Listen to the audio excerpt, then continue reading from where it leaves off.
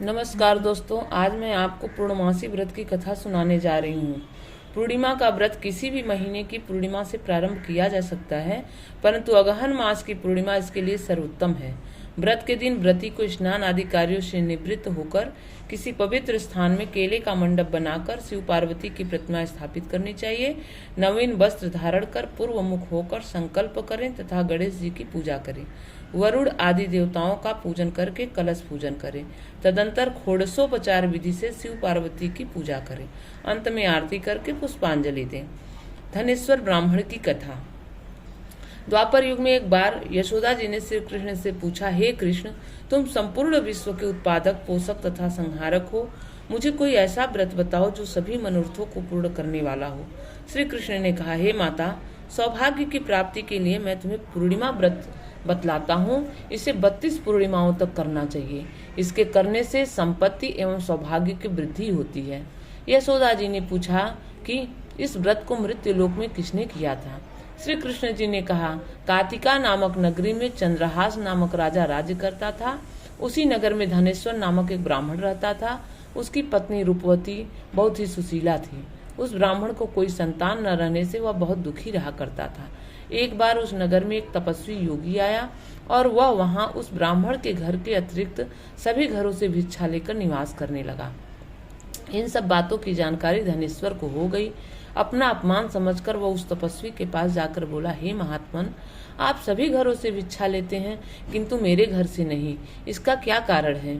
उस योगी ने कहा, निसंतान व्यक्ति की भिक्षा दूषित होती है, इसलिए उस अन्न को ग्रहण करने से व्यक्ति पतित हो जाता है।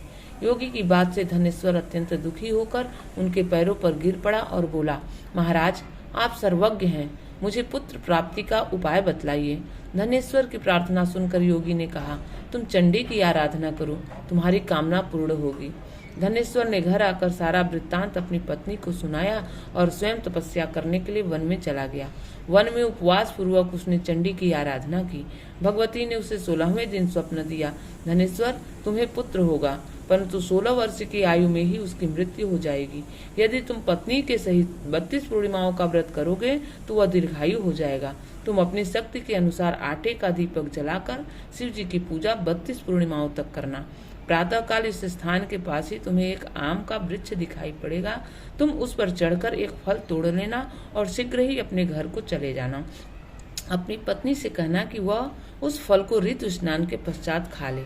ऐसा करने से शिव जी की कृपा से वह गर्भवती हो जाएगी। इतना कहकर देवी अंतर्ध्यान हो गई। प्रातःकाल उठने पर ब्राह्मण ने समीप में ही एक आम का वृक्ष देखा। उस पेड़ में आम के अत्यंत सुंदर फल लगे हुए थे। ब्राह्मण ने उस वृक्ष पर चढ़ने का प्रयास किया, परंतु वह सफल न हो सका। अंत में वह गणेश जी की स्तुति करने लगा, हे विघ्न विनाशक, आप मुझ में इतनी शक्ति दें कि मैं अपना मनोरथ सिद्ध कर सकूं। गणेश जी की कृपा से वह वृक्ष पर चढ़ गया। उसने वृक्ष पर एक सुंदर फल देखा और उसे ही वरदानी फल समझकर तोड़ लिया। घर लौटकर उसने अपनी पत्नी को वह फल दे दिया। फल खाने के परिणाम स्वरूप वह गर्भिणी हुई और उसे एक अत्यंत सुंदर पुत्र हुआ। उस पुत्र का नाम देवदास रखा गया। वह बालक शुक्ल पक्ष के चंद्रमा के समान दिनों दिन बढ़ने लगा। देवी की आज्ञा के अनुसार उसकी माता ने पुत्र की मंगल कामना के लिए 32 पूर्णिमा के व्रत करना आरंभ कर दिया। बालक का 16वां वर्ष शुरू होते ही माता पिता चिंतित हो उठे कि यदि इसकी मृत्यु हो जाएगी तो वे उस शोक को कैसे सहन कर पाएंगे। अतः उन्होंने देवदास के मामा को बुलाकर कहा कि हम लोगों की इच्छा देवदास को काशी भेजकर 1 साल विद्या अध्ययन कराने की है, इसलिए तुम इसके साथ चले जाओ और 1 साल के बाद उसके साथ लौट आना। काशी यात्रा के लिए देवदास को एक घोड़े पर बैठाकर उसे मामा के साथ भेज दिया गया। बालक के माता पिता ने अपने मन की आशंका को उसके मामा से गुप्त ही रखा। देवदास के जाने के बाद उसकी माता ने 32 पूर्णिमाओं के व्रत को पूरा किया। उधर एक दिन देवदास अपने मामा के साथ रात्रि बिताने के लिए किसी ग्राम में ठहरा हुआ था। उसी रात्रि उस गांव में एक ब्राह्मण कन्या का विवाह होने वाला था। जिस स्थान में गांव की बारात ठहरी हुई थी वही देवदास भी ठहरा था। कन्या के विवाह मंडप में ही वर को अचानक धनुर्वात रोग का आक्रमण हो गया। वर के पिता ने परस्पर विचार किया कि मैं क्यों न विवाह देवदास के साथ करा दूं। आगे का वैवाहिक कार्य अपने पुत्र के साथ संपन्न करा लूंगा।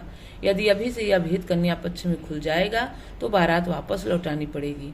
ऐसा सोचकर वर का पिता देवदास के मामा से बोला, आप अपने भांजे को थोड़ी देर के लिए मुझे दे दें, विवाह कृत्य संपन्न हो जाने पर मैं लौटा दूंगा। उत्तर में मामा ने कहा, कन्यादान आदि में जो द्रव्य मिलेगा उसका अधिकारी मैं हूँगा। वर के पिता ने यह शर्त मान ली। देवदास के साथ उस ब्राह्मण कन्या का विवाह विधिवत संपन्न करा दिया गया।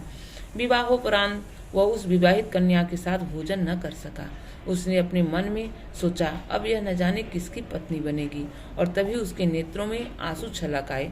वधू ने उसकी उदासी का कारण पूछा। उसने सारी बातें बता दी। सुनकर कन्या ने कहा, मैंने अग्नि के समक्ष आपको पति बनाया है, आपके अतिरिक्त अब मेरा कोई दूसरा पति नहीं बन सकता। देवदास ने कहा, तुम ऐसी भूल न करो, क्योंकि मेरी आयु बहुत अल्प है।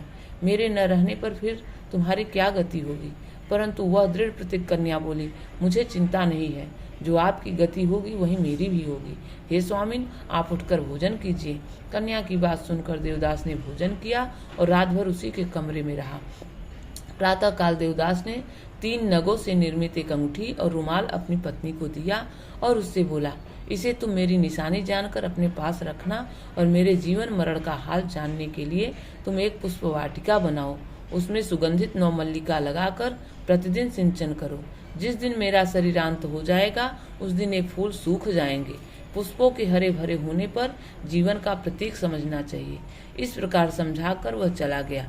प्रातः होते ही वर पक्ष के लोग बाजे बजाते हुए कन्या के घर आए। बारातियों को देखकर कन्या ने अपने पिता से कहा कि यह मेरा पति नहीं है।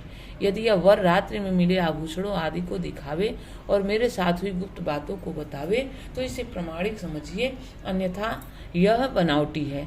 कन्या के पिता ने वर को बुलाया। उससे कन्या की बातें पूछी गई, परंतु उसने उससे अपनी अजानकारी प्रकट की। तदंतर लज्जित होकर बारात वापस लौट गई।